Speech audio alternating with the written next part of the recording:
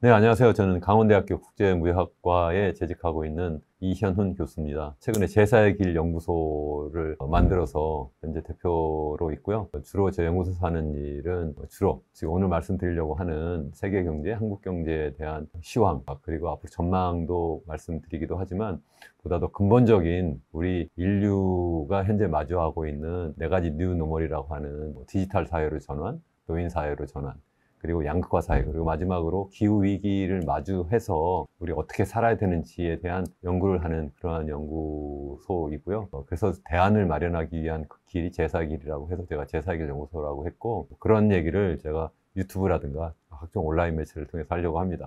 집값이 많이 내렸다고 하지만 그래도 부동산은 계속 오를 것으로 생각하시는 분들이 많습니다. 그래서 집값이 내린 지금 상황에서도 여전히 버블 구간이라고 할 수 있을까요? 전 개인적으로 지금 버블이라고 생각을 합니다. 그 이유가 뭐냐면 일단 부동산 가격을 우리가 이제 평가할 때 뭐 적정 가격 이런 얘기하는데 사실 적정 가격을 찾기는 굉장히 힘들거든요.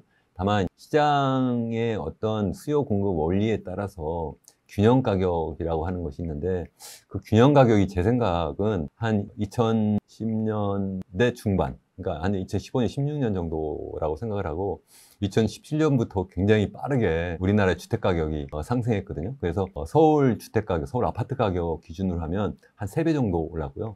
지방도 도시, 대도시 같은 경우 한 2배 이상 올랐어요. 뭐 대구라든가 뭐 이렇게 특수한 지역은 그렇지 않았지만 대부분 지역이 다 2배, 서울 같은 경우 한 3배 정도 올랐는데, 그럼 그게 정말 정상이냐는 거예요. 이게 지금 2017년부터 지금까지 한 5년 남짓 기간 동안에 그렇게 막 2배, 3배 오르는 게 이게 말이 되냐는 거죠. 보통 우리가 어떤 수준을 보기도 하지만 그 속도도 보거든요.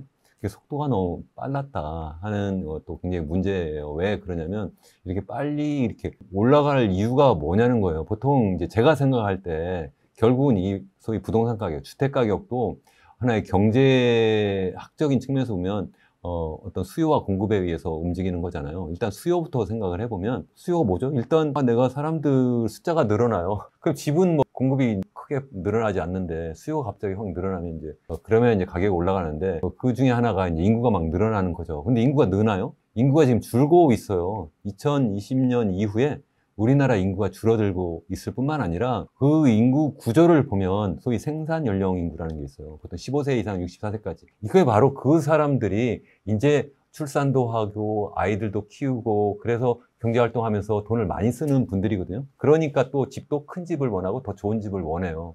그런 분들이 이제 주택 수요가 많은데, 그 소위 얘기한 생산 연령 인구도 2018년 이후부터 계속 감소해요. 얼마나 많이 감소하냐면 지금 매년 30만 명 이상 감소해요. 춘천만한 인구가 그냥 하나씩 없어지는 거예요. 그러니까 적어도 인구적인 요인, 그러니까 총인구로 봐도 그렇고 아니면 인구 구조적으로도 볼 때 도대체 주택 가격이 오를 수가 없는 상황이다, 첫 번째. 두 번째는 뭐냐면 그래도 인구는 비슷하게 있어도 그럼 소득이 증가하면 되잖아요. 그러면 소득이 그럼 증가했느냐면 우리나라의 소위 1인당 국민 소득은 2000년대 들어서면서부터 이게 한 자릿수로 떨어져서 2010년대에 오면 5.0% 밑으로 떨어지고, 요즘에는 뭐 2% 밑으로 떨어져가지고 올해는 1.4% 이렇게 한다고 하잖아요. 그래서 보통 잠재 GDP 성장률이 한 2% 수준이다, 1.8%다, 뭐 이렇게 얘기하는데 앞으로 더 떨어질 수도 있고요. 다시 말씀드리면 이 경제 성장이 예전처럼 그렇게 빠르게 나타나지 않기 때문에, 예전에는 두 자릿수 성장이 일반적이었어요. 이게 외환위기 이전에 1990년대 중반까지도 그랬고 80년대도 그랬어요. 계속 뭐 한때는 뭐 15% 가까이도 성장할 때, 그때는 막 당연히 돈이 막 그 벌어들이는 소득이 있으니까 자꾸 좋은 집, 큰 집, 자꾸 또 새 집 이렇게 자꾸 이제 찾게 되니까 주택 가격이 높아지는데, 이게 지금 그런 상황이 아니라는 거예요. 그러면 왜 주택 가격이 오르냐? 세 번째가 유동성 문제라는 거예요. 유동성. 그러니까 인구도 똑같아요. 그리고 소득도 똑같아요. 근데 돈만 많아요. 그럼 돈이 갑자기 2배가 됐어요. 그러면 당연히 모든 상품의 가격은 2배로 올라가잖아요. 그러한 상황이 코로나 이후에, 2020년 코로나 이후에 전 세계적으로 나타난 거예요. 그래서 그것 때문에 나타난 것이 거의 뭐 내가 볼 때는 한 절반 정도는 그러한 요인 때문에 그렇다고 생각을 해요. 나머지 절반은 뭐냐 하면 저는 정부의 정책 실패라고 생각을 해요. 그거는 뭐 여러 가지가 있는데, 지난 정부에서 25번에 무슨 뭐 부동산 관련 정책을 뭐 냈다 뭐 이렇게 하는데 계속 그 주택가격이 높아져가지고 결국은 정권을 잃었다 뭐 이런 평가도 많이 있고 실제 그걸 인정을 하잖아요.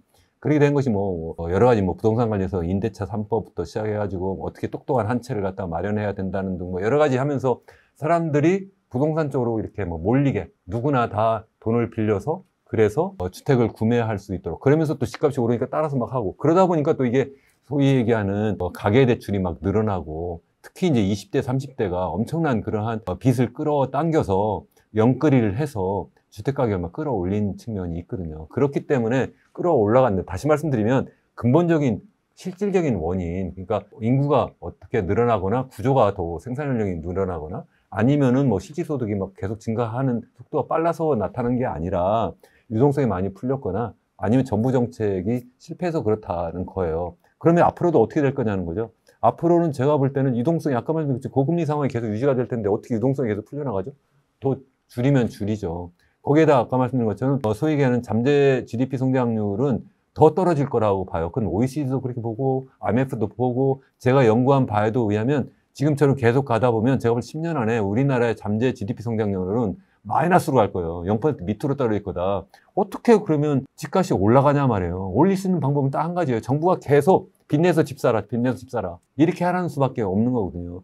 그래서 지난 정부만 비난할 것이 아니라 현 정부에 와가지고 이제 유동성을 막 걷어들이고 금리를 막 높이니까 사실은 2022년 후반기 들어가지고 가격이 소위 얘기가 주택가격이 떨어지기 시작했잖아요. 그러다가 올 연초까지 떨어져서 한 20%나 30% 정도 이렇게 하락했는데 그러면서 가계부채도 좀 줄어드는 그런 경향이 있었는데 그러다 보니까 뭐 부동산 PF 대출이 막 부도가 나고 미분양이 막 늘어나고 그러다 보니까 뭐 제2금융권에서 막 부도 위기가 난다는 등 뭐 이렇게 부실채권이 막 늘어난다 등 이러니까 그거 무서워가지고 다시 뭐 했어요 정부가 결국 뭐 특례 보금자리론을 막 그냥 막 유동성을 막 공급한 거죠. 빚내서 집 사라고. 또 이 30년 만기 부족해? 그런데 50년 동안 내가 빚값도로 내가 해줄게. 그렇게 해서 뭐 이걸 소위 얘기하는 DSR을 갖다 우회하도록 해주고 뭐 이렇게 하면서 빚을 더 내게 해가지고 이걸 갖다 끌어올렸다는 거죠, 다시. 그게 계속 가능하자는 거예요, 그 계속. 그러니까 현재 실질소득이 늘어나지 않으니까 결국 빚을 내가지고 현재 소득으로 땡겨가지고 결국 이 부동산 가격, 주택 가격 끌어올렸는데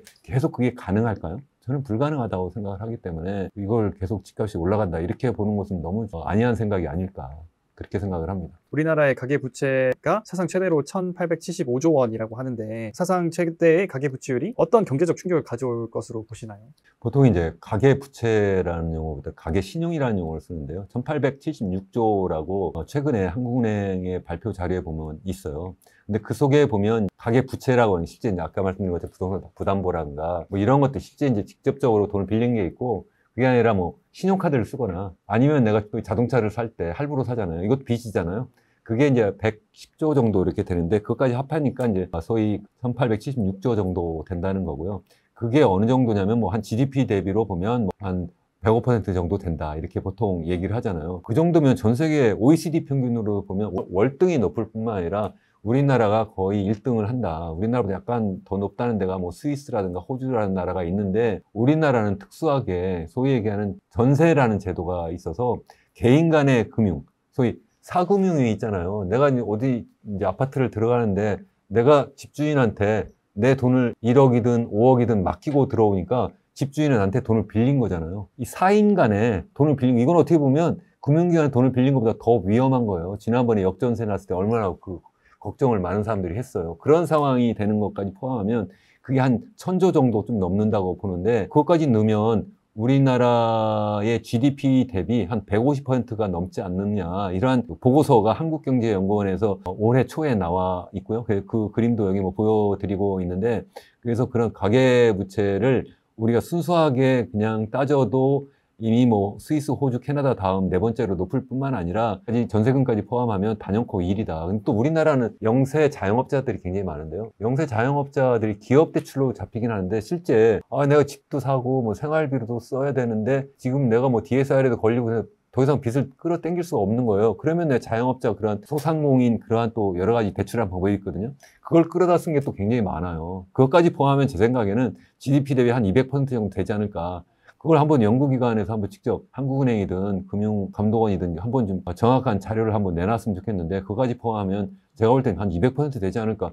이거는 정말 전 세계에서도 유례를 찾아볼 수 없는 굉장히 높은 상황이다는 거죠. 정말 걱정스럽지 않을 수 없습니다. 이게 어떤 충격이냐면요. 그냥 계속 빚을 현재 상황으로 유지하기도 힘들 뿐만 아니라 더 계속 높일 수가 없잖아요. 왜냐하면 일단 근데 빚이 많아진다는 건 뭐예요? 내가 현재 실질소득은 한 달에 내가 500만 원을 버는데 내 빚으로 나가는 게 뭐 처음 빌릴 때는 그래 뭐 한 50만 원이었어요. 근데 보니까 금리가 이게 2배로 올랐어? 그럼 100만 원을 내야 되잖아요. 3배로 올랐어. 150만 원 내야 되잖아요.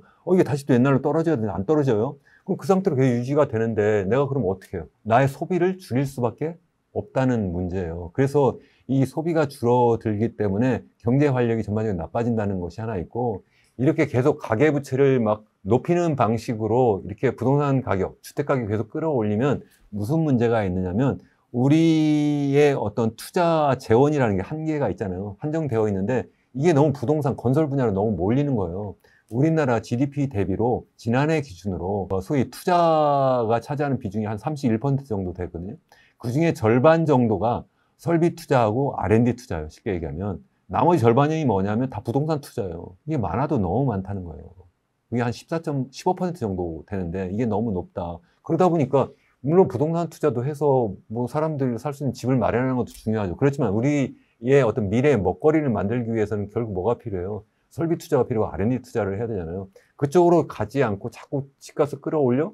그러니까 사람들이 너도 나도 빚내서 집을 사? 그러니까 결국은 그쪽 건설 투자가 더 늘어나고, 그러니까 그게 결국은 경제 구조에서 너무 지나치게 부동산 편중되어 있는 그런 경제가 된다. 그게 문제다. 그건 뭐 꼭 제 얘기가 아니라 유명한 빚으로 집을 진 그 시카고 대학 아미르 수피 같은 교수가 그렇게 얘기를 해요. 전 세계에서 보니까 중국하고 한국이 유독 지난 한 2015년 이후에 가장 빠른 속도로 부동산 가격이 집값이 오르고 동시에 가계부채가 너무 빨리 올랐다. 이거 너무 문제다. 이거 위험하다. 그런 연구를 이 사람이 계속 그전에도 했었거든요. 꼭 집어서 얘기했어요. 중국과 한국 위험하다. 이렇게 얘기를 하는 거죠. 다시 말씀드리면 아무 문제가 없어도 일단 소비가 위축이 되어가지고 소비 능력이 줄어들어서 경제 활력을 줄어드는 것도 있고, 또 뿐만 아니라 이게 너무나 지나치게 부동산 편중되어 있는 경제 구조가 되기 때문에 우리나라의 미래 먹거리를 만들지 못한다는 것이 있고, 또 어느 순간 이게 펑 터지면 그럼 어떻게 돼요? 일본에 잃어버린 30년 시작했던 1990년 상황하고 똑같은 상황이 되는 거예요. 그렇게 되면 갑자기 나의 그 집값이 반으로 떨어졌는데,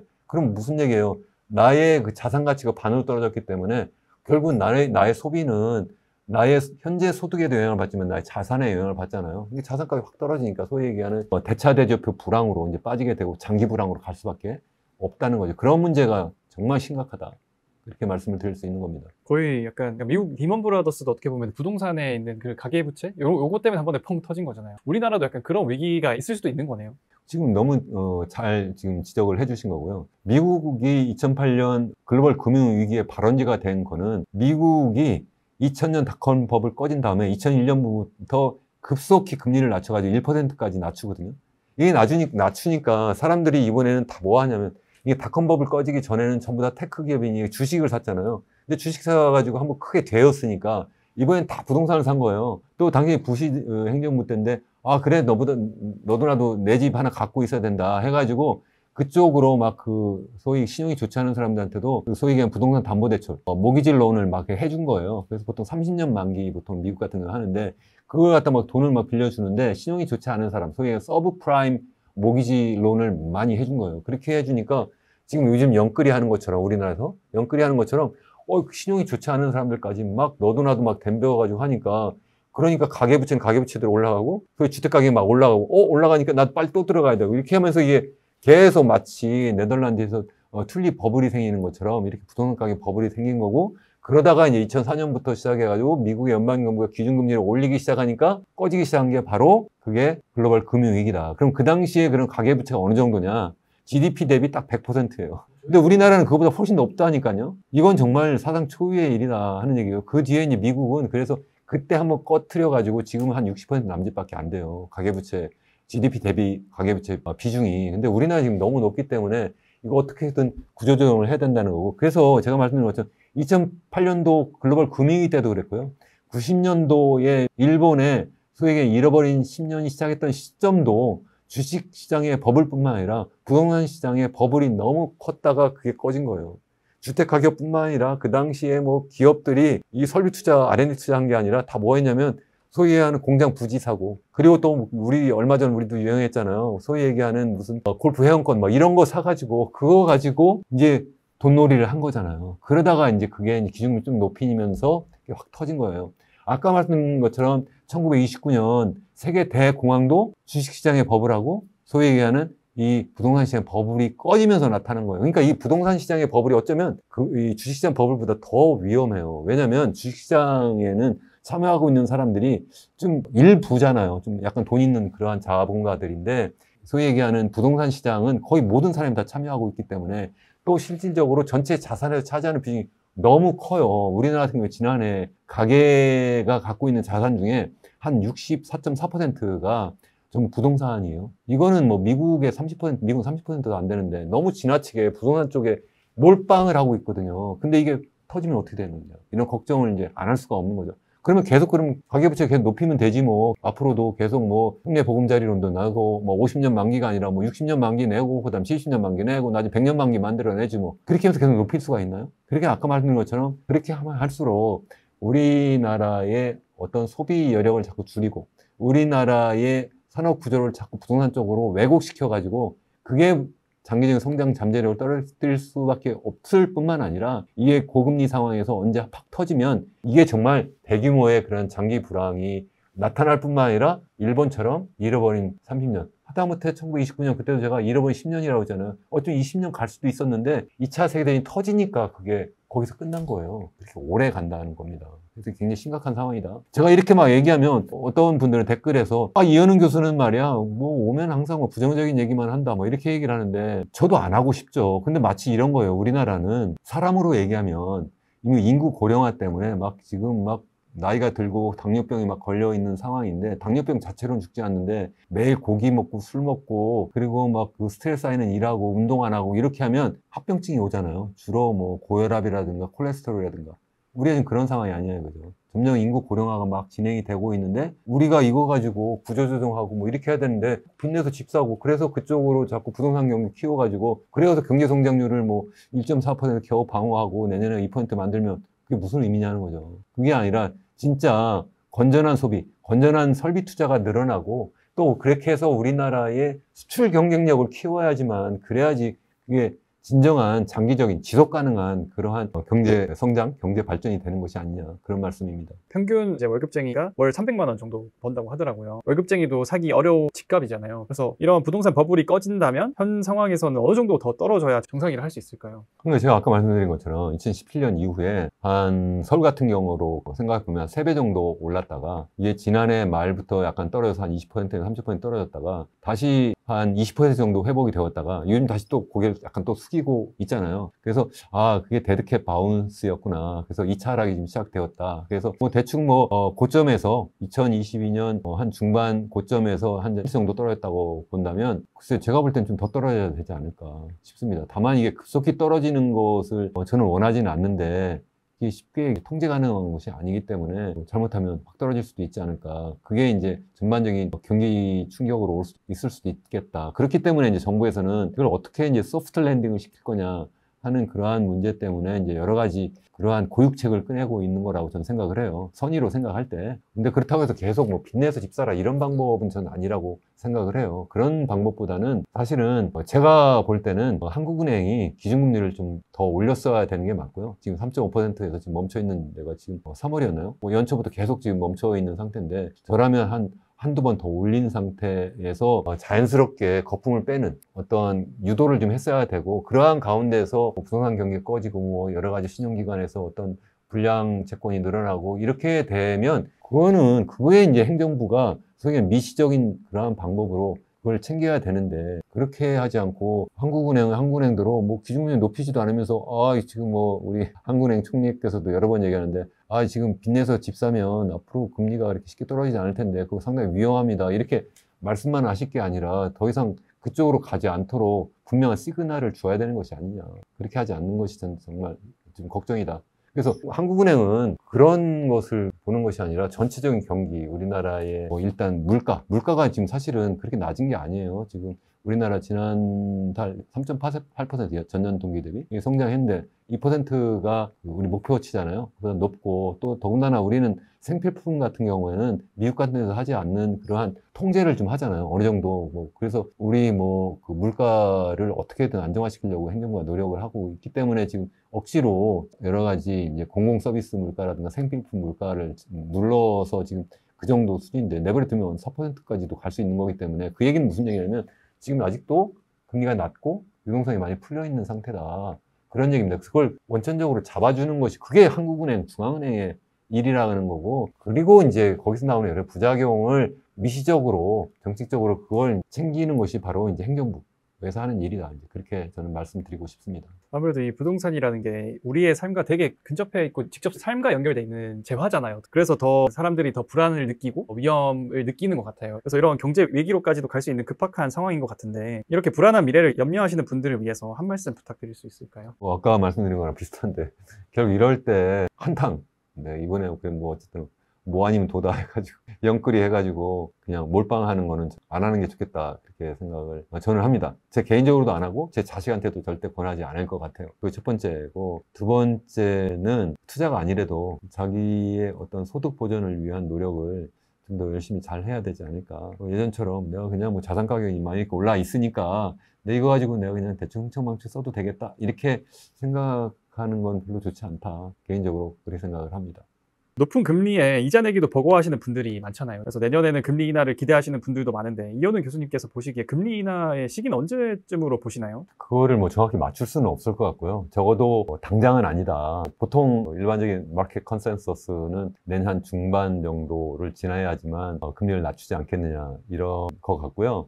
그럼 그 조건이 뭐냐는 거죠. 금리를 낮추기 위해서는 둘 중에 하나인데, 하나는 소위 인플레이션율이 떨어지거나 아니면 경기가 폭망하거나 둘 중에 하나인데요. 우리 미국의 역사를 보면 물가가 좀 떨어져서 금리를 낮추는 것보다는 되게 경제가 심한 그러한 경기 침체로 이렇게 전환이 되면서 그래서 금리를 낮추는 경우가 많거든요. 그래서 우리가 일부에서 기대하는 대로 미국의 기준금리를 낮추면 그럼 따라서 우리나라도 기준금리 낮추고 모든 게 다 좋아질 거야 이렇게 생각하는 거는 너무 좀 희망 섞인 그러한 생각이 아닐까 그렇게 생각합니다. 그러면은 오히려 금리 인하를 낮추게 된다면은 경제가 더 안 좋아져서 낮출 확률이 더 높다고 말씀하시는 거예요. 그런 경우도 있고 물가가 더 낮아져서 그런 경우도 있는데 전자가 더 크다고 이제 생각을 하는 것이 역사적으로 봐도 그렇고 현재까지 물가가 완전히 잡혀간다고 볼 수는 없잖아요. 지난 우리 미국 같은 경우에는 보통 PC 기준으로 해서 인플레이션율을 이렇게 계산하는데 이번 주에 10월치 발표를 할 겁니다만 약간 더 떨어질 거라고 그러는데 9월치만 가지고 보면 우리 헤드라인은 3.4% 정도 전년도 동기 대비인데 소위 얘기하는 코어 PC 인플레이션으로 보면 근원 물가라고 보통 하는 거죠. 그걸로 따지면 한 3.7% 정도니까 우리 목표 인플레이션율인 2.0%보다는 아직 한참 높잖아요. 이게 거기까지 가야 된다. 일부에서는 2.0까지 가냐 한 3.0에서 멈추지 이런 얘기를 하지만 그렇게 쉽게 낮춰지지 않을 거다. 만약에 3.0에서 멈추고 금리를 낮추기 시작하면 사람들이 기대 인플레이션이 또 높아져가지고 거꾸로 가니까 어떤 실수를 하지 않을 거다 그렇게 생각을 합니다. 요즘에 미국에 경기 침체가 올 것이라는 이런 우려도 지금 나오고 있는 상황이잖아요. 그래서 미국의 부채는 우려할 필요가 없다고 하는 목소리도 나오는데 정말 이게 안전하다고 할 수 있을까요? 글쎄 안전하냐 안 하냐 이걸 이렇게 단적으로 얘기하기는 어려운데 일단 제가 슬라이드를 가져온 게 있는데요. 한번 보시면 미국의 올해 지금 연방정부 부채 규모가 지금 말씀하신 것처럼 한 33조 달러 정도 되거든요. 이 정도 어느 정도냐면 지난해 미국의 GDP가 25조가 좀 넘었어요. 25조 달러. 근데 올해는 그보다 좀 더 높을 거기 때문에 이거를 올해 기준으로 GDP 대비로 하면 한 123% 정도 이렇게 돼요. 그리고 그림에서 보시는 것처럼 그동안 굉장히 빠르게 이게 증가해 왔어요. 주로 언제 증가해 왔냐면 우리 2008년 그 글로벌 금융위기 이후에 그림에서 보시면 굉장히 빠르게 증가하잖아요. 그러다가 어느 정도 주춤하다가 또 이번에 2020년 코로나 팬데믹 상황에서 다시 또 미국 연방 정부가 엄청난 그러한 재정 지출을 하잖아요. 그러면서 다시 또 부채가 이제 크게 늘어나고 있는 거죠. 근데 이게 어느 정도냐, 이게 국가 간의 비교를 해보면 그래도 미국이 이게 굉장히 많은 거냐 적은 거냐 이렇게 할 수가 있는데 전 세계에서 가장 많은 나라로 보면 GDP 대비로 일본을 뺄 수가 없잖아요. 일본은 GDP 대비 한 260% 정도 되니까 거기에 비하면 미국은 한 절반 정도 또 안 된다. 그러니까 뭐 미국이 일본보다 훨씬 더 경제 체력이 좋은데 뭐 적어도 이 부채 때문에 망하지는 않을 거다. 저는 그렇게 생각을 해요. 일부에서는 그래도 뭐 중국이나 뭐 일본이나 해외에서 갖고 있는 그러한 미국 재무부 채권이 굉장히 많은데 중국이 갑자기 뭐 국채를 팔아버리면 어떻게 되느냐 뭐 그런 걱정도 하는데 여기에서 보는 것처럼 33조 중에 사실 26.6조 정도는 사실은 미국인들이 갖고 있는 거고요. 한 7조 달러 정도가 이제 외국인이 갖고 있는 거고, 제일 많이 갖고 있는 나라가 현재 일본이에요. 일본이 제일 많고, 중국이 2등으로 많기는 하지만, 중국이 이걸 갑자기 확 팔아버리면 국채 가격이 확 떨어지고, 뭐 이렇게 되면서 자기들이 갖고 있는 미국의 국채로 갖고 있는 그 자산 가치가 떨어지기 때문에 그 중국이 그걸 원하지도 않을 거고, 그렇게 갑작스럽게 팔 수가 없는 거거든요. 그래서 그렇게 우려하는 것처럼 걱정은 아니다. 저는 이것 때문에 문제가 되는 것보다는 이것 때문에 인플레이션이 안 잡히는 게 문제다. 그러니까 더 연방정부의 문제가 아니라 소위 얘기하는 그 연방준비제도라고 하는 미국의 중앙은행 페드가 금리를 빠르게 내릴 수 없는 중요한 원인 중에 하나가 이 행정부가 돈을 너무 많이 풀고 있기 때문에 그렇다. 이제 그렇게 얘기를 할 수 있는 거죠. 왜 그러냐면 이 그림에서 보시면 올해 2023년도 회계연도로 보면 이게 언제까지냐면요. 지난 9월까지거든요. 미국은 특이하게 10월부터 시작을 해요. 지금 2024년 회계연도가 시작된 거예요. 10, 11, 12 해가지고 시작을 했는데 지난 9월까지 이제 미국 2023년도를 보면 지금 적자 규모가 한 1.7조 달러 정도 되거든요. 1.7조 달러 정도. 그러니까 전체 한 레비뉴, 그러니까 조세 수입으로는 한 4.4조 달러 정도 했는데 쓰긴 더 써가지고 1.7조 달러 정도 이렇게 빚을 더 많이 진 거예요. 이게 누적이 되면 이제 미국의 소위 채무가 자꾸 더 늘어나는 거죠. 그래서 그게 아까 제가 얼마라고 그랬는가 하면 그게 지금 현재 미국 같은 경우에는 33조라고 이렇게 얘기했잖아요. 33조 정도인데 미국의 지난해 GDP가 25조 달러 정도 됐다고 그랬잖아요. 근데 올해 지금 추가로 어느 정도의 빚을 더 그 위에 올렸느냐 하면 1.7조 달러다. 그럼 1.7조 달러면 얼마야? 이걸 우리나라 그 원화로 환산하는 분도 계신데 그렇게 하면 잘 이해가 안 돼요. 워낙 그 규모가 크기 때문에 이게 지난해 우리나라의 GDP가 달러 기준으로 1.7조 달러예요.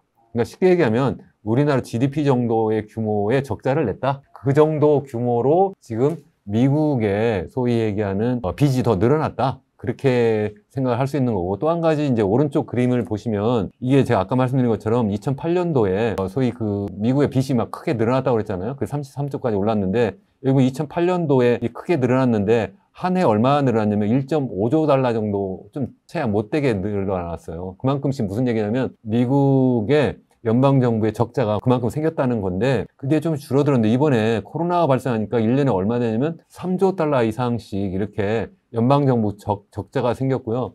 이게 조금씩 줄어들었는데 올해 지금 보세요. 조 바이든 행정부가 이걸 갖다가 1.5조 달러, 1.7조 달러 이상 여기 보면 1.7조라고 되어 있잖아요. 그게 우리나라 GDP라고 말씀드렸고 그 정도 규모의 연방정부 재정 적자를 만든 건데 이건 얼마나 큰 거냐면 2008년도 금융위기 이후에 미국 경제가 완전히 곤두박질 치니까 그 경제를 부양하기 위해서 당시에 연방정부가 만들어냈던 그 소위 얘기하는 적자 규모보다 더 크다. 그게 이렇게 더 크다는 거는 결국 뭐냐면 이게 돈이 그만큼 더 시중에 풀려나간다는 거니까 그만큼 더 경기를 부양하는 효과도 있지만 이게 또 소위 자산 인플레를 가져온다든가 전반적인 상품 서비스 인플레도 가져온다는 거죠. 그래서 이게 쉽게 인플레가 잡히지 않는 중요한 원인 중에 하나다 그런 말씀입니다. 그러면은 오히려 지금 나오는 금리 인상이 끝났다는 사실 어불성설일 수도 있는 거네요. 저는 그러니까 지금 끝나지 않았다고 보고요. 역사적으로도 보면 미국의 연준이 기준금리를 이렇게 올리는 때가 많이 있었잖아요. 당장 우리 2000년 닷컴 버블 꺼지기 전에 1999년부터 2000년까지도 한번 올린 적이 있었고요. 급속하게. 그래서 또 이제 경기 침체를 가져왔고 닷컴 버블 꺼지게 하는 경우가 있었고 또 뿐만 아니라 2008년 글로벌 금융위기 이전에 2004년부터 시작해서 2006년까지 2004년 7월부터 2006년 6월까지 거의 2년여 동안 계속 금리를 또 이게 1%에서 당시 제 기억에는 5.25%까지 계속 올려요. 이렇게 올리는데 일단 올린다고 해서 그러면 바로 그럼 피벗 해가지고 금리를 낮추지 않아요. 아까 말씀드린 것처럼 물가가 잡히거나 아니면 이제 경기가 확 이제 죽는 경우에 이제 낮추는데, 아까 말씀드린 것처럼 2006년 6월까지 계속 기준금리를 5.25까지 올렸는데 지금 5.5잖아요. 상단이 그거보다 약간 이제 0.25%포인트 낮은 상태인데, 그렇게 올린 상태에서 계속 그 상태를 계속 유지해요. 그래서 2007년도 봄 되면, 3월 되면 베어 스턴스 같은 그래도 상당히 큰 은행이 파산하기 시작하는 거거든요. 그런데도 불구하고 금리를 안 낮춰요. 언제 낮춰? 2008년 1월인가부터 낮추기 시작을 해요. 그러니까 실제 경기가 엄청난 충격을 받게 되면 그때부터 낮추기 시작을 한다. 그러니까 어떻게 보면 미국의 연준이 금리를 갖다가 높이고 낮추고 하는 거는 사전적으로 뭐 경기를 안정화시키려고 하는 게 아니라 결과적으로는 경기를 불안정하게 하는 그러한 상황이 되는 경우가 상당히 많이 있었다는 거죠. 이번에도 그렇게 쉽게 금리를 낮출 수가 없다, 그런 얘기입니다. 약간 많은 분들이 지금도 많이 힘들지만 높은 금리 때문에 금융위기도 우려하시는 분들도 있는 것 같아요. 금융위기가 오기 전에 시청자들이 좀 캐치할 수 있는 신호들이 있을까요? 일단 우리나라는 이창용 한국은행 총재께서 말씀하신 것처럼 우리나라의 통화정책이 독립적으로 운영을 못해요. 어쩔 수 없이 이제 미국의 통화정책에 많은 영향을 받게 되는데, 극단적인 경우에는 이제 홍콩 같은 경우에 완전히 미국 달러화와 태그가 되어 있는 것, 완전 고정환율 제도가 되어 있는 경우에는 똑같이 움직여요, 거의. 미국이 0.25에서 5.5까지 올릴 때 홍콩은 0.75에서 5.75까지 올려요. 거의 비슷하게 따라 올리거든요.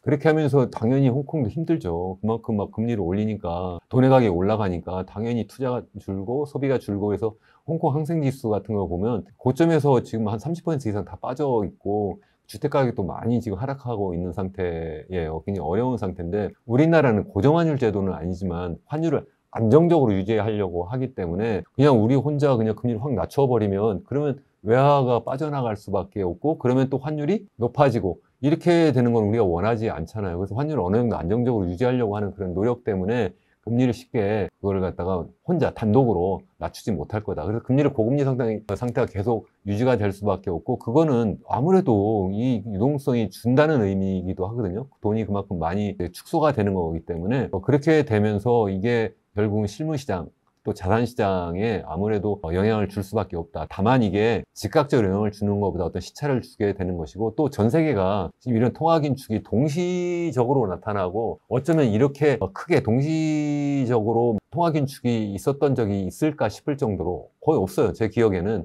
제가 그동안 우리 전 세계의 어떤 글로벌 금융시장을 이렇게 들여다보면 요즘처럼 이렇게 금리를 막 동시에 높인 것이 제 기억에는 1970년대 말, 소위 얘기하는 오일 샤크 때문에 스태그플레이션이 나타났고, 그래서 그때도 연준이 막 금리를 막 높게 올리니까, 그래서 당시 뭐 한 10% 수준이었던 기준금리를 20% 수준까지 막 높이는데, 다른 나라도 이제 따라 올렸던 그때 한 번 있었고요. 이번에 그 다음으로 굉장히 엄중하게 굉장히 큰 그러한 어떤 인플레이션과의 전쟁을 하면서 금리를 많이 올리고, 이게 쉽게 낮출 수 없는 상황이고, 그렇게 됐을 때는 우리나라 기준금리 계속 높게 유지하고, 그래서 우리나라의 실물 경제 또 자산 시장에 아무래도 좀 큰 충격을 줄 수밖에 없다 하는 얘기를 드릴 수 있는 거죠. 금리를 올리기 시작한 것의 종착점은 경제적 충격으로 올 수밖에 없다라고 볼 수도 있겠네요. 네, 그렇습니다. 어쩔 수 없이 그렇게 되는 거고요. 특히 역사적으로도 보면 미국 연준이 기준금리를 이렇게 높였을 때마다 무슨 일이 있었나 이렇게 보여주는 건데요. 아까 말씀드린 것처럼 70년대 말 79년부터 80년까지 당시 폴 볼커 그 미국 연준 의장이 기준금리를 한 10%에서 한 20%까지 막 끌어올리잖아요. 그때 그를 막 끌어올리니까 이게 결국은 미국의 달러 가치가 엄청나게 높아지고,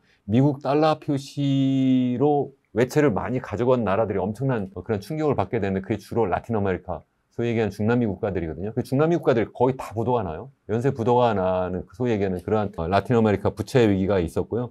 또 90년대, 94년, 95년 이때 기준금리를 막 높이고 있잖아요. 두 번째 왼쪽에. 이렇게 막 높이고 있다 보니까 이 95년 초부터 드디어 또 문제가 발생하는데, 멕시코, 바로 미국 옆에 있는 나라가 또 외채 위기를 한번 또 겪어요. 이미 80년대 초에 한번 겪었었는데 멕시코가 또 한 번 영향을 받게 되고, 그러다가 이제 97년 초부터 시작해서 태국, 인도네시아, 말레이시아, 필리핀 계속 외환위기를 겪게 되고, 결국 이제 11월 이때 오니까 우리나라까지 외환위기를 겪게 되는 거죠. 그래서 어쩌면 그 80년대에는 미국이 기준금리를 높일 때 미국의 경제 상황도 굉장히 이제 심각한 경제 위기로 갔었어요. 여기 보면 회색으로 표시된 게 그 당시에 소위 얘기하는 그 경기 침체 기간이거든요. 여기 보면 근데 95년도에는 안 그렇잖아요. 이때가 거의 유일해요. 제 기억에는. 이때는 미국은 경기 침체를 하지 않는데 정작 그 멕시코나 동아시아에서 엄청난 그러한 또 외환위기를 겪고, 경기가 완전히 마이너스로 가는 그러한 상황이 됐었고요.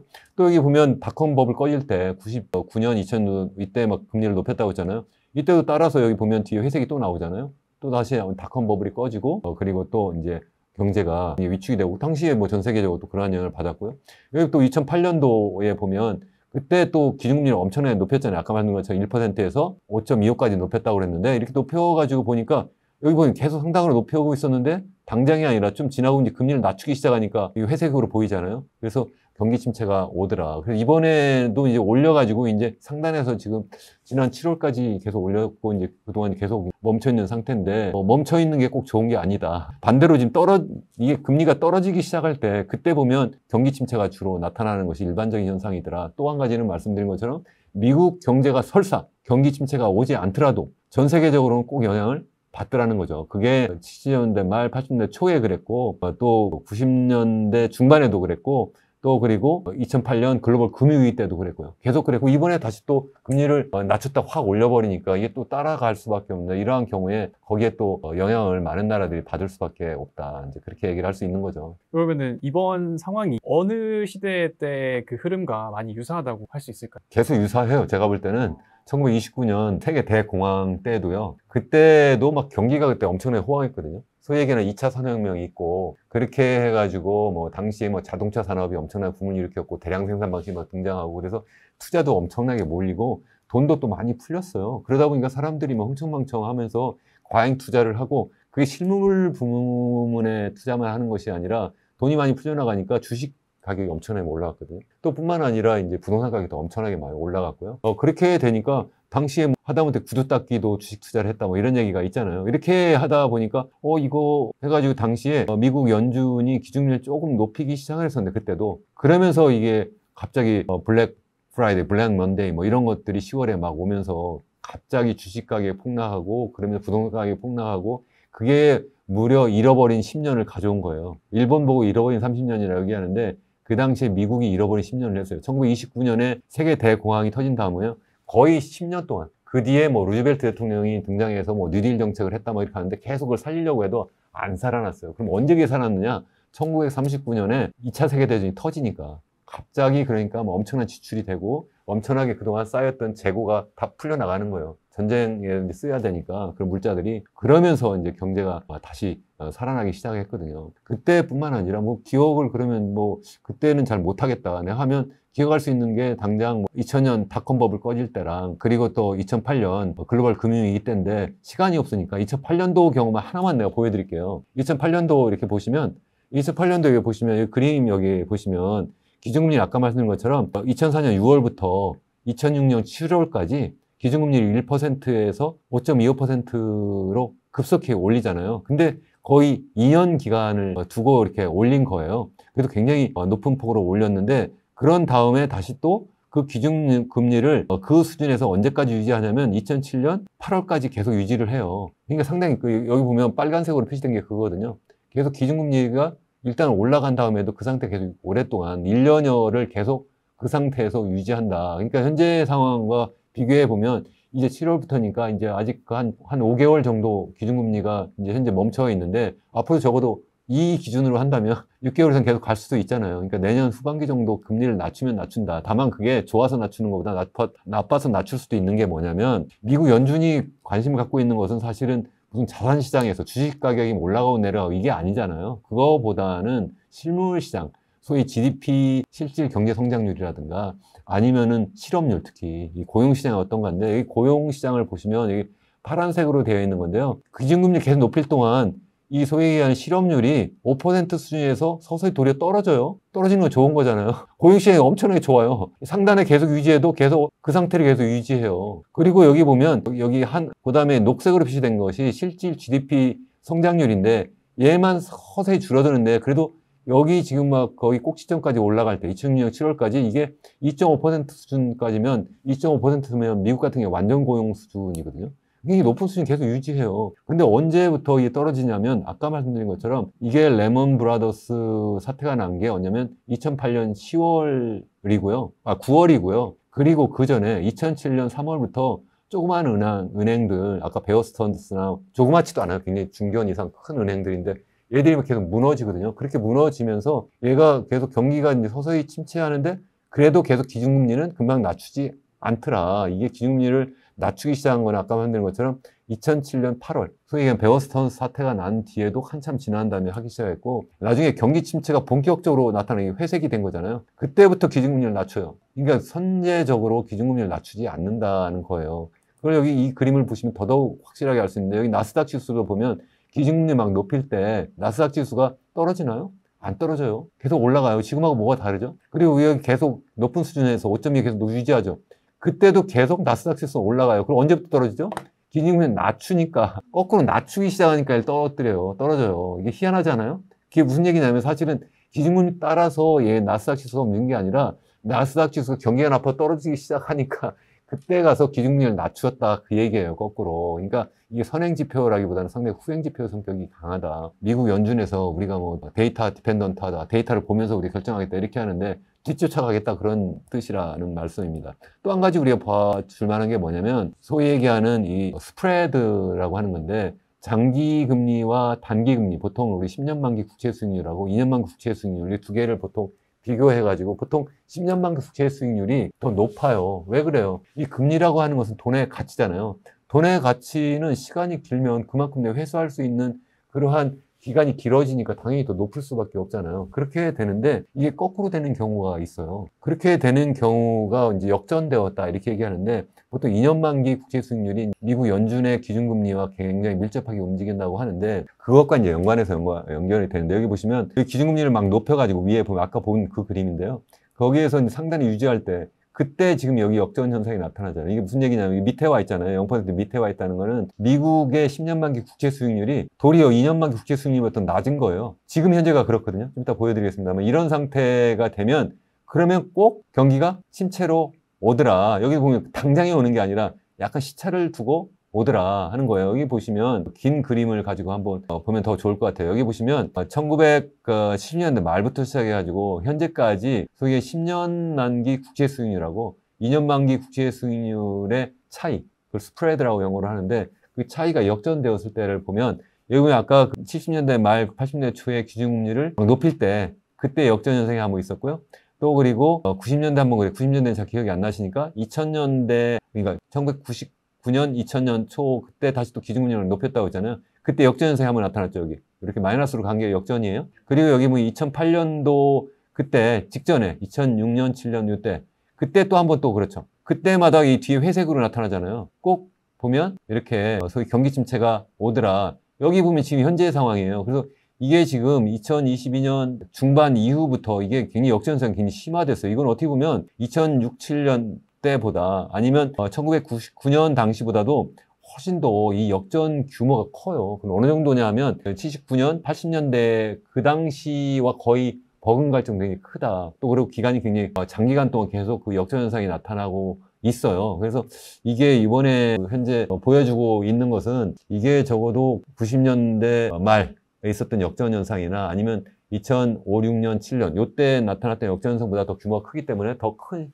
심각한 그 경기 충격을 가져올 수도 있지 않을까. 그래서 일부에서는 아까 제가 말씀드린 세계 대공황 당시에 버금가는 그런 큰 충격이 올 수도 있다 이렇게 생각을 하는데 글쎄 뭐 어느 정도까지는 모르겠습니다만 적어도 상당히 큰 충격을 우리가 충분히 대비하는 것이 더 합리적인 그런 판단이 아닐까 생각을 합니다. 오히려 금리를 안 떨어지는 게 좋은 상황이 또 있다라는 위신감. 왜냐면 많은 분들이 지금 당장 힘드니까 금리를 내렸으면 하는데 막상 그 내리는 시기가 오면 오히려 더 힘들 수 있다라. 그 원인이 금리가 내려서 경기가 나빠지는 게 아니라 경기가 이미 나빴기 때문에 내리고 있는 거다. 그 말씀이에요. 뭐 자영업자가 됐든 가게가 됐든 뭐 금리 부담도 힘들지만 경기가 너무 나빠가지고 내 일자리가 없어지거나 아닌데 그 소위 자영업자의 그 소득이 자꾸 줄어들면 그것도 문제잖아요. 그게 막 나빠지니까 중앙은행은 어쩔 수 없이 금리를 낮출 수밖에 없는 그러한 순서가 바뀌었다는 거예요. 그렇게 되는 것이 일반적이다. 이렇게 얘기를 할 수 있는 겁니다. 그래서 미국이 기침을 하면 세계는 감기가 든다라고 할 정도로 미국의 경제 움직임이 우리에게 미치는 영향이 큰데요. 그래서 미국의 경기 침체가 우리나라에 미치는 영향은 어느 정도일까요? 일단 미국의 이제 경기 침체가 뭐 그런 얘기 있잖아요. 미국이 기침하면 그럼 뭐 옛날에 뭐 일본이나 뭐 중국이 그러면은 뭐 감기 걸리고 우리나라는 이제 독감 걸린다 뭐 이런 얘기도 하는데 그 얘기는 뭐냐면 우리나라가 굉장한 영향을 받을 수밖에 없다는 거고요. 영향을 주는 방법은 두 가지예요. 하나는 직접적으로 우리나라가 미국의 사실은 뭐 무역이나 투자나 아니면 기술 분야에서 굉장히 의존하고 있는 상태잖아요. 의존한다는 게 무슨 뭐 정치적으로 의존한다는 뜻이 아니라 일단 무역을 굉장히 많이 하고 투자도 굉장히 많이 유치하고 또 하고 뭐 이런 상태이기 때문에 미국에서 기침하면 당연히 우리한테 뭐 독감이든 감기든 걸릴 수밖에 없는 그런 상황이라는 거고, 또 이 미국이 그렇게 경기가 나빠지면 다른 나라에도 그렇게 영향을 주기 때문에, 왜냐면 전 세계 GDP에서 무려 25% 4분의 1 이상이 미국 경제인데 미국 경제가 나빠지는데 어떻게 다른 나라가 좋아지겠어요? 그러니까 다른 나라에 또 영향을 줘가지고 또 우리나라에 또 영향을 주고, 그러니까 직접적으로도 악영향, 간접적으로도 악영향, 이런 영향을 주기 때문에 어쩔 수 없이 나쁜 영향을 줄 수밖에 없다, 그런 말씀입니다. 그러면은 이런 위기에 앞서서 개인들은 어떤 이런 준비를 하면 좋을까요? 뭐 저는 예전처럼 막 유동성이 엄청나게 풀려 있을 때처럼 막 그냥 내 주식을 뭐 아무거나 막 사면 막 오른다더라. 그게 오르니까 내가 엄청나게 주식 투자 잘하네. 아니면 내가 뭐 아파트 막 그냥 갭 투자해가지고 영끌이 해가지고 사니까 이게 막 오르네, 2배 벌었다 막 이렇게, 내가 엄청나게 부동산 투자도 잘하네, 이렇게 생각하던 시절은 이미 지났다라고 생각을 합니다. 그래서 그렇게 할 때는 그 운이 좋아서 그런 거기 때문에 지금은 굉장히 보수적으로 자산 관리를 하는 것이 굉장히 좋겠다 하는 거고요. 또 심한 경우에는 내가 일자리도 잃어버릴 수도 있고 하기 때문에 특히 내가 좀 보수적으로 여러 가지 경제 활동을 하는 것이, 그러니까 막 흥청망청 쓰는 것보다 보수적으로 내가 상황을 예의주시하면서 대비하는 것이 좋지 않을까 개인적으로 생각합니다. 지금 여기저기서 IMF 위기보다 힘들다는 소리도 들리는데 현재 우리나라 경제 상황이 어느 정도인지. 우리나라 경제 상황은 일단 우리 잠재 GDP 성장률과 비교할 때 일단 올해 나빠요. 보통 한 2% 정도 된다고 보는데 올해 1.4% 성장을 한다고 이제 한국은행이나 정부에서 지금 보고 있거든요. 저는 그보다 좀 더 떨어질 수도 있을 거다 저는 생각을 해요. 이제 마지막 이제 4분기 숫자가 나와야 되는데 한 1% 넘기면 다행이다 이렇게 생각을 하고, 아까 말씀드린 것처럼 당장의 문제가 아니라 이게 앞으로 어떨 거냐인데 앞으로 점점 더 성장률이 더 떨어질 가능성이 굉장히 크다. 잠재 성장률이라고 하는 거는 그때그때 이렇게 등락이 있는 게 아니라 그 나라가 갖고 있는 여러 가지 가용 자원이 있잖아요. 보통 이제 우리가 자원하면 토지, 노동, 자본, 거기에다 이제 기술 수준, 이걸 가지고 물가를 상승시키지 않고 내가 경제 활동을 할 때 어느 정도까지 성장하느냐 뭐 이런 건데, 그게 이제 예전에는 뭐 두 자릿수까지 이렇게 잠재 GDP 성장률이 나오다가 이제는 2%도 이제 밑으로 떨어져서 최근에 뭐 국제기구에서 이렇게 추정하는 걸 보면 내년에는 뭐 1.8%, 뭐 그 다음에 1.6% 이렇게 계속 떨어질 거다 이렇게 보는데, 제가 연구한 바에 의하면 더 떨어질 수도 있다. 특히 이렇게 잠재 성장이 떨어지는 중요한 이유가 저는 인구 문제라고 생각하거든요. 아까 말씀드린 것처럼 굉장히 중요한 자원이 이제 사람, 그리고 토지, 그리고 이제 자본, 그리고 마지막에 기술이 이제 들어가가지고 이제 물건을 만들어내는 건데, 인구가 이제 우리나라가 이제 절대적으로 줄어들 뿐만 아니라 소위 얘기하는 생산할 수 있는 사람들의 숫자가 이제 확 줄어드니까 그게 문제라는 거예요. 또 더군다나 이제 생산할 수 있는 그 생산 연령 인구 15세부터 64세까지 인구도 평균적으로 자꾸 더 높아져요. 평균 연령이. 아무래도 그러면 그 생산 효율성이 더 떨어질 수밖에 없잖아요. 그렇기 때문에 경제 성장 잠재력은 계속 떨어진다. 그게 이제 저는 가장 큰 위기라고 저는 생각을 하고 있는 거죠. 경제 성장률이 어떻게 보면 1%대에 접어들었고 이제 장기적으로 갈 수도 있다고 하잖아요. 이게 피부로 점점 다가오게 되는 건가요? 점점 그렇게 될 거라고 보는 거죠. 왜냐면 아까 말씀드린 것처럼 우리나라 인구 고령화가 전 세계에서 가장 빠르게 진행이 되고 있거든요. 현재 우리나라의 그 인구 고령화 비율, 보통 그렇게 하면 65세 이상 인구가 전체 인구에서 차지하는 비중을 얘기하는데, 우리나라가 지난해 기준으로 한 18.4% 정도 됐어요. 근데 올해 이제 한 19% 정도 될 거다 이렇게 보는데, 그 정도면 어느 정도야? 그 정도라면 OECD 평균도 되지 않아요? 굉장히 낮아요. 일본 같은 경우는 한 29% 정도 되거든요. 월등히 낮죠. 한 10%포인트 정도 이상 더 낮은데, 근데 문제가 뭐냐면 속도예요. 아까도 제가 속도가 너무 중요하다고 말씀드렸는데, 인구 고령화 속도가 전 세계에서 가장 빠르다는 거예요. 그래서 이제 그게 굉장히 문제다 하는 얘기고, 그러면 왜 그렇게 빠르냐 하면 출산율이 낮기 때문에. 출산율이 우리나라가 지난해 0.78명이에요. 그러니까 보통 여성이 이제 아기를 출산할 때 가임기 때에 보통 2.1명 정도는 낳아야지만 이제 현재 인구를 계속 유지할 수 있다고 보는데, 뭐 이게 절반도 아닌 0.78명이고 올해는 지금 전반기에 지금 0.7명으로 떨어졌으니까 아마 0.6명대로 가지 않을까. 이거는 전 세계에서 정말 초유의 일이고 정말 이거는 놀랄 노자에다가 정말 연구 대상도 정말 대단한 연구 대상일 수밖에 없다. 이제 그렇게 생각을 하는 거고 그렇기 때문에 인구 고령화가 굉장히 빠르게 진행이 되고요. 2030년 정도 가면 이 속도로 가면 현재의 일본 정도까지 가지 않을까. 그러니까 거의 전체 인구 중에서 거의 30% 가까이가 소위 65세 이상 인구가 되지 않을까 이렇게 보는 거예요. 2050년 되기 전에 일본보다도 고령 인구가 더 많을 거다 이렇게 현재 보고 있습니다. 이게 결국은 우리나라의 성장 잠재력도 떨어뜨리고 이게 사실은 경제 문제뿐만 아니라 사회, 문화, 정치 모든 문제에 다 영향을 줘요. 좋게 아니고 나쁘게.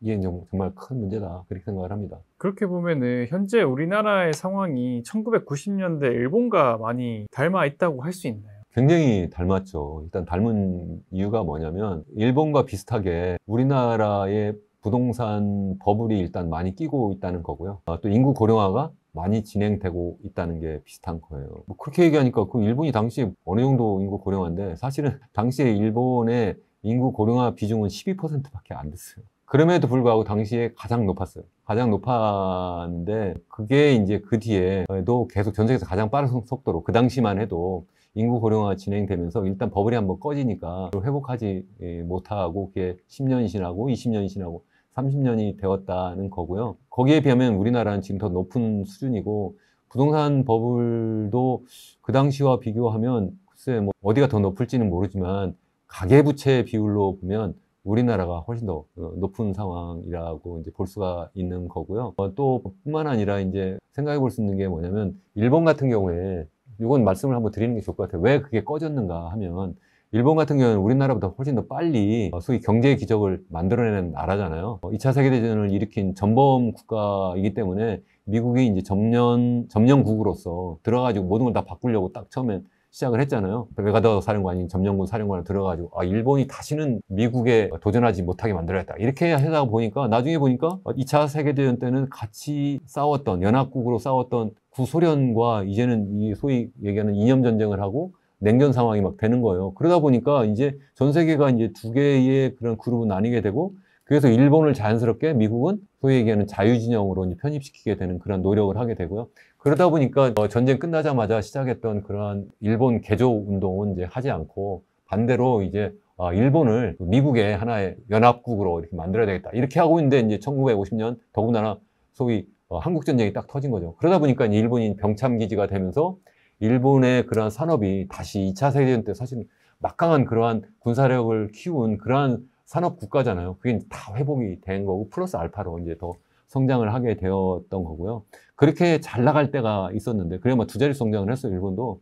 그러다 보니까 이제 80년대 좀 오니까 이게 이제 어느 정도까지 갔냐면 일본이 미국을 맞먹게 되는 거예요. 그래서 당시에 일본 1985년도쯤 가면 일본의 그 1인당 GDP가 한 25,000달러가 넘는데 당시에 미국의 1인당 GDP가 그거보다 좀 못 미쳐요. 제 기억에 23,000달러 정도 이렇게 수준인데 그걸 이제 추월해 버리는 거예요.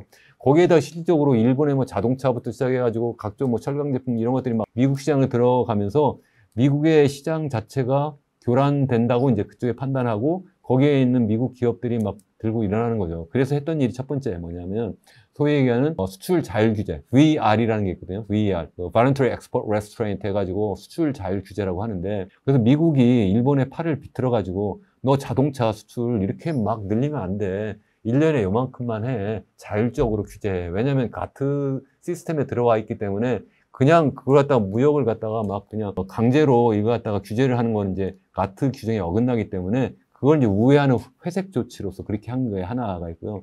또 하나는 뭐냐면 이 환율이 문제가 있구나. 일본 엔화 가치가 너무 싸다. 그래가지고 플라자 협정이라는 걸 85년 9월에 맺게 되는데 일본만 부르지 않고 뭐 미국이 이제 영국이나 프랑스나 독일도 불러가지고 환율 조정을 하는데 그렇게 하면서 일본의 엔화 가치가 제 기억에는 2년여 동안 2배로 오르거든요. 이렇게 막 올라요. 그러니까 이래저래 수출도 못하게 하는 데다가 더군다나 환율이 갑자기 떨어지는 것. 다시 말해서 엔화 가치가 막 너무 높아지니까 이게 일본 수출 기업의 상품의 수출 경쟁력이 막 떨어져요. 그러니까 수출이 잘 안 되죠.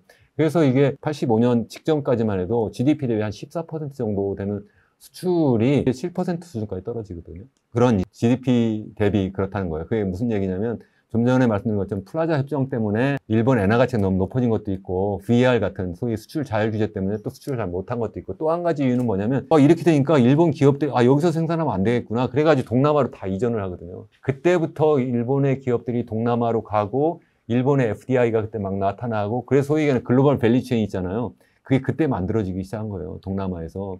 일본 기업들이 거기서 생산해가지고 그래가지고 미국으로 수출하고 선진시장을 수출하자 이런 소위 생산 공급 체인을 만들기 시작을 했는데 그렇게 되면서 일본의 경쟁력이 많이 떨어지게 된 거예요. 이걸 왜 얘기를 하느냐면 그러다가 이제 일본 정부가 이거 큰일 났다 해가지고 재정 지출을 엄청나게 늘려가지고 경기를 살리려고도 하고 일본 중앙은행은 또 금리를 막 낮춰요. 그래야 또 부양을 하려고 하고 그래가지고 이제 그게 아까 말씀드린 것처럼 주식가격법을 그리고 이제 부동산 가격 법을 이제 만들었다는 거고 그렇게 되니까 이거 아닌데 해가지고 이제 그 금리를 올리기 시작한 것이 이제 89년, 90년 그때 올렸다가 꺼진 거잖아요. 그게 무슨 얘기냐. 우리나라가 사실은 일본하고 굉장히 비슷한 그런 과정을 걷잖아요. 그래서 일본이 한 대로 수출 주도형 산업화 전략을 해서 대성공을 한 나라고 그래서 이제 우리 한국도 경제 기적을 일으키고 그래서 특별히 이제 한강의 기적이다 뭐 이런 얘기도 하면서 우리나라가 정말 전 세계에서 가장 못 살다가 이제 OECD 회원국 되고 그러면서 이제 선진국의 일원이 됐는데 그러면서 수출이 GDP에 차지하는 비중이 계속 늘어나요. 2012년 정도 되면 무려 GDP 대비 54%까지 올라가요. 일본은 14%까지밖에 안 올랐다고 그랬잖아요. 훨씬 더 우리나라는 수출 주도형이에요.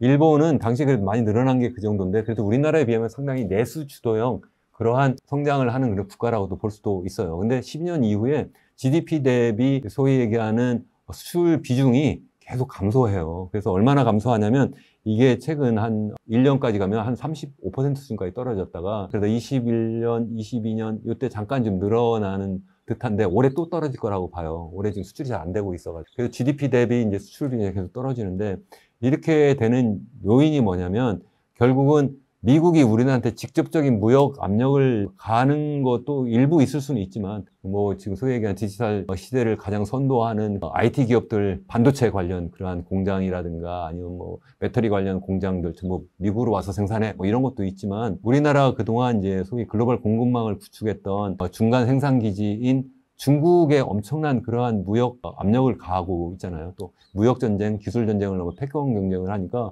중국이 그냥 당장 거기에 영향을 받아가지고 수출이 줄어들고 경제 성장 잠재력이 막 직하하고 있어요. 그러다 보니까 우리나라 수출도 잘 안 되고 있다. 마치 일본이 1980년대 중반에 뭐 여러 가지 뭐 미국의 그런 무역 압력으로 인해서 소위 얘기하는 수출 경쟁이 떨어지고 경제 성장 잠재력이 계속 하강하니까 정부가 나서가지고 경기 부양 정책을 하다가 거품만 키웠고 그러다가 그걸 거품 꺼뜨리려다가 이제 잃어버린 30년이 시작됐는데 그때가 마침 인구 고령화가 상당히 빠르게 전 세계에서 진행되고 있던 그러한 상황이었다. 이렇게 말씀을 드리는 거고 비슷하게 우리나라도 우리나라의 어떤 먹거리인 그 소위 수출 시장이 지금 상당히 지금 상황이 좋지 않기 때문에 중국 수출 시장, 뭐 미국 수출 시장, 뭐 거기에 유럽이라든가 동남아까지 다 포함해서 다 지금 전반적으로 안 좋아가지고 우리나라의 수출 경쟁력이 상당히 외부적 요인 때문에 악화되고 있는 것이 굉장히 큰 문제고 그게 이제 일본과 상당히 비슷하고 또 뿐만 아니라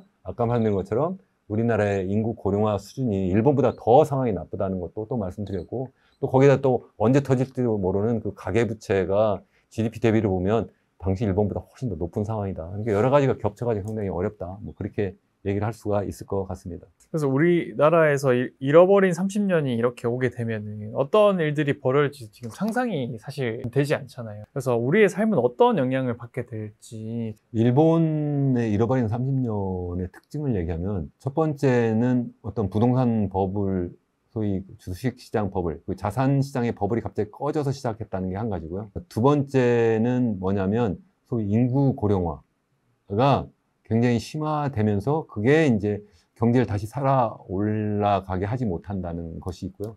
세 번째는 뭐냐면 디플레이션이에요. 그러니까 경기가 침체가 되면서 가격이 상승하는 게 아니라 도리어 가격이 하락하는 상황이 계속 나타나요. 경기가 나쁘니까 당연히 물가가 더 하락하는 그러한 상황이 될 수도 있다. 이 세 가지 특징이 있는데 우리나라는 첫 번째와 두 번째 상황은 첫 번째 당장에 꺼지지 않았지만 언제 꺼질지 모르는 그런 상황이 있고, 그리고 인구 고령화는 일본 당시보다 훨씬 더 높은 수준에 있다. 세 번째, 디플레 걱정이 아니라 우리는 사실 인플레 걱정을 하기는 하잖아요.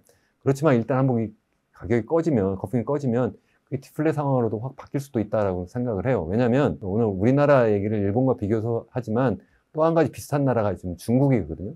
그래서 제가 하나 최근에 보고서를 만든 게 중국과 한국의 일본화 위기로의 전이 가능성에 대한 연구 뭐 이런 거예요. 그래서 제가 다음 달 초에 중국에 가서 한중일 컨퍼런스에 가서 발표하려고 하는데, 중국 같은 경우에는 이 세 가지 현상이 지금 거의 동시적으로 나타나고 있어요. 이미 부동산 버블도 상당히 많이 꺼져 있는 상태고, 그것 때문에 경기 침체가 나타났고, 근데 인구 고령화도 이미 중국도 소위 그 65세 이상 인구 비중이 한 14% 정도 되고 굉장히 빠르게 진행돼요. 어느 정도 빠르게 진행되냐면 지난해 합계 출산율이 1.09명이에요.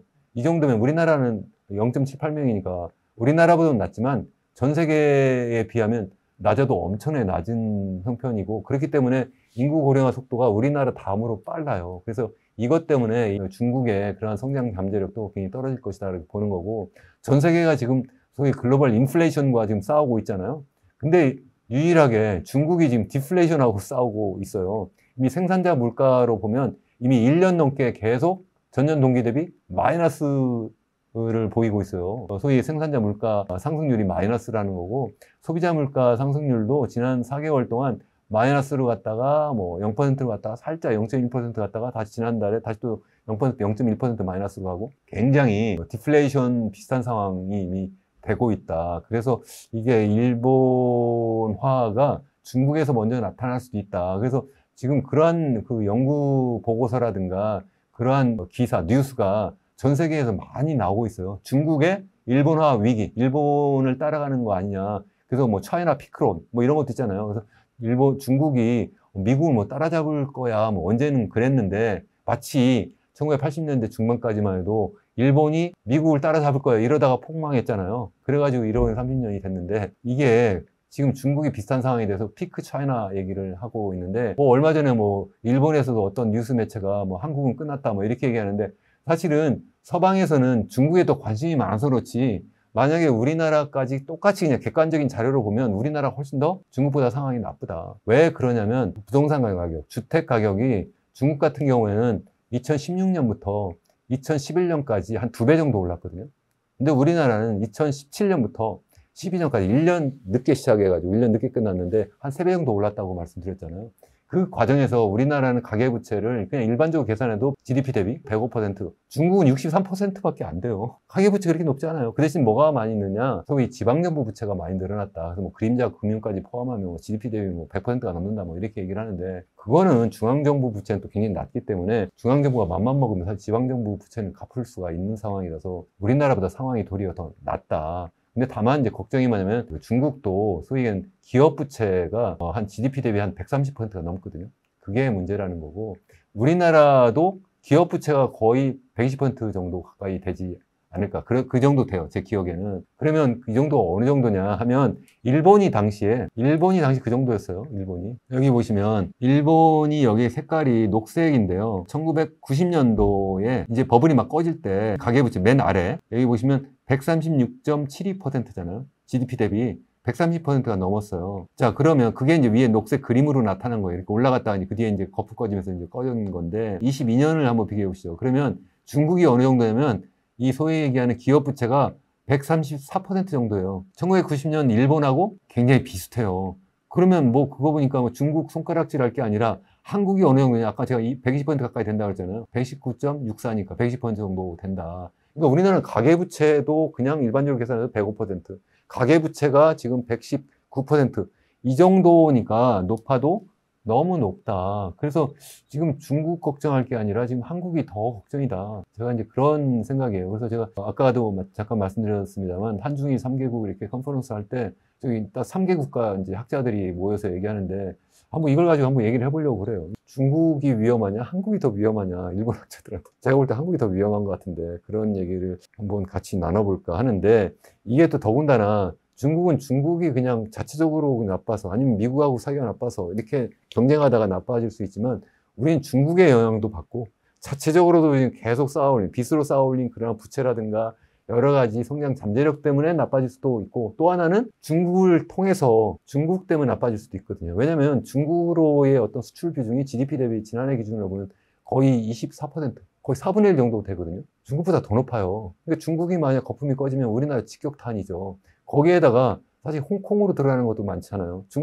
홍콩도 사실은 중국이잖아요. 그것까지 포함하면 당연히 30%가 넘어요. 한 3분의 1 가까이가 중국으로 가는 수출이에요. 근데 이게 중국도 아까 제가 잠깐 말씀드렸잖아요. 지금 경제 상황이 굉장히 어려워요. 그게 이제 중국이 홍콩을 이용해서 전 세계 자본시장과 이렇게 교류하는 통로로서의 활용을 하고 있는데, 홍콩의 달러가 미국 달러와 페그가 되어 있다 보니까 같이 막 금리가 막 높아지고, 그래서 이 자산시장 가격이 많이 이제 떨어진 상태. 다시 말씀드리면 주식 가격이라든가 부동산 가격이 많이 떨어지고, 또 실제 실물 경제도 상당히 어려운 상황이고, 또 그래서 홍콩으로 가는 수출도 굉장히 지금 안 좋거든요, 우리나라가. 그러니까 전반적으로 굉장히 어려운 상황이다.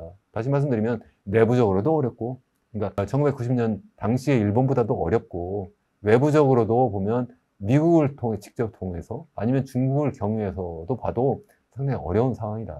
이렇게 저는 말씀드릴 수 있을 것 같습니다. 어떻게 보면 대한민국의 잃어버린 30년이 올 수 있는 상황에서 대내외적으로 어려운 상황이잖아요. 그럼 개인들은 어떤 준비를 할 수 있을까요? 개인적인 준비를 아까부터 계속 물어보시는데, 정말 답은 딱 하나예요. 지금 뭐 예전처럼 뭐 저금리 시대에 그냥 뭐 내가 한번 뭐 아니면 그래서 내 영끌이하고 한번, 그래서 뭐 주택이나 그러니까 아파트나 아니면 뭐 주식에 한번 몰빵해서, 아니면 코인에 몰빵해서 한번 이번에 한번 내가 신문을 한번 크게 상승시켜보자. 이거는 안 될 거라고 생각을 해요. 뭐 주택 가격이 어떻게든 뭐 정부가 관리해가지고 막 폭락하지 않게 할 수는 있을지 모르겠는데, 참 어려울 거라고 저는 생각을 하는데, 점진적으로 하락하는 그러한 상황이 나타날 거라고 생각을 하는데, 설사 뭐 조금씩 올랐다고 생각을 해요. 매년 뭐 한 5%씩 오른다고 생각을 해요. 그럼 뭐예요? 내가 거기다가 한 7, 80%를 갖다가 내가 전부 다 은행에서 돈을 빌려다가 집어넣은 건데, 그러면 그 이자 갚는 거랑 생각하면 무슨 이득이 있는 거죠? 없잖아요. 그 대신 또 마음고생은 마음고생대로 엄청나게 하고 있는데 굳이 그렇게 해야 되는가? 주식도 마찬가지라고 저는 생각을 하고, 그러니까 뭐 아무 투자도 하지 마냐, 뭐 그런 뜻은 아니고요. 저는 이제 분산 투자를 좀 하는 게 참 좋겠다 항상 생각을 해요. 그래서 우리나라 아까 말씀드린 것처럼 소위 그 부동산 쪽에 지금 전체 자산 중에 한 64%, 65% 정도 이제 몰빵되어 있는데, 이걸 좀 더 다변화하면 좋겠다는 생각이고, 뿐만 아니라 전 세계를 놓고 보면 우리나라 GDP가 지난해 1.7조라고 했는데, 그게 어느 정도냐면 지난해에 전 세계 GDP가 한 100조 정도 됐거든요. 그러니까 1.7%예요. 1.7%, 우리나라 크다고 해도 1.7%밖에 안 되는 우리나라 경제에 모든 나의 자산을 갖다 몰빵한다? 저는 그건 좀 아니라고 생각을 해요. 기왕이면 해외 자산에도 눈을 좀 잘 돌리는 것도 좋지 않을까, 그런 생각을 합니다. 그렇다고 해서 우리나라 자산 전부 다 탈출합시다, 그런 뜻으로 드리는 말씀은 아니고요. 좀 더 이렇게 좀 포트폴리오를 다변화하는 것은 좀 필요하지 않을까, 그렇게 생각을 합니다. 지금도 경제적으로 많이 힘든데 앞으로는 더욱 가난해지는 것 아닌지 걱정하시는 분들도 있을 것 같아요. 이런 분들을 위해서 조언 또는 격려 한 말씀. 점점 더 어려울 수 있어요. 어려울 수 있는데, 이건 국가 전체적인 거고, 개인은 또 개인대로 어쨌든 노력을 해서 내가 정말 대성공을 하고 남보다 더 그런 윤택한 그런 생활을 또 할 수도 있잖아요. 그렇게 하기 위해서는 당장에 내가 몰빵해서 뭐 단기적인 투자를 해서 내가 큰 성공을 거둬야지, 이런 거보다는 장기적인 시야를 가지고 세상을 좀 보면 좋겠다. 그리고 아주 폭을 넓게 이렇게 세상을 보면 좋겠다, 이렇게 생각을 해요. 저는 이렇게 단기적인 어떤 세계 경제 현황이라든가 아니면 뭐 우리나라의 어떤 경제 상황을 말씀드리기도 하지만, 제가 모두에 말씀드린 것처럼 지금 세계가 지금 뭐 디지털 사회로 전환하고 있고, 그리고 또 노인 사회로 전환하고 있고, 또 전혀 다른 형태의 어떤 디지털 디바이드라는 말이 있는 것처럼 그런 양극화가 나타나고 있고, 또 기후위기가 나타나고 있어요. 이런 상황에서 과연 100세 인생을 사는 우리 젊은이가, 우리가 과연 어떻게 살아야 될지에 대한 그러한 어떤 고민, 그러한 준비를 좀 하면 좋겠다, 저는 그런 생각을 정말 합니다. 제 책에서도 뭐 그런 얘기를 많이 하고, 다른 유튜브에서도 말씀을 드리기도 하고 있는데, 그런 좀 장기적인 시각에서 세상을 좀 보면 좋겠다. 그래서 거기에서 그러면 어떻게 해야 되겠느냐, 뭐 이건 뭐 짧은 시간에 다 일일이 말씀을 드릴 수는 없겠지만, 투자를 한다고 치면 예를 들어서 뭐 그러한 어떤 디지털 세상을 만들어 나가는 세계의 최고의 기업, 그리고 또 노인 사회에서 노인을 행복하게 만드는 세계 최고의 기업, 또 그리고 이 기후위기를 예방하고 관리하는 세계 최고의 기업을 찾아서 그런 데에 좀 단기가 아니라 장기적인 투자를 하는 노력도 저는 굉장히 좋다고 생각을 하고요. 또 뿐만 아니라 개인적으로도 이러한 세상, 내가 100년 이상 내 살 텐데 100세, 120세 인생을 살 때 당장이 아니라 내가 그러면 나를 어떻게 이 디지털 사회에 맞추고 또 그리고 또 이 노인 사회에 맞춰서 내 장기적으로 내 노인이 됐을 때 어떻게 내가 살아야 되겠다 하는 그러한 어떤 나 스스로의 어떤 그러한 자기 개발도 예전과 다른 방식으로 좀 해야 되지 않을까 그런 생각을 합니다.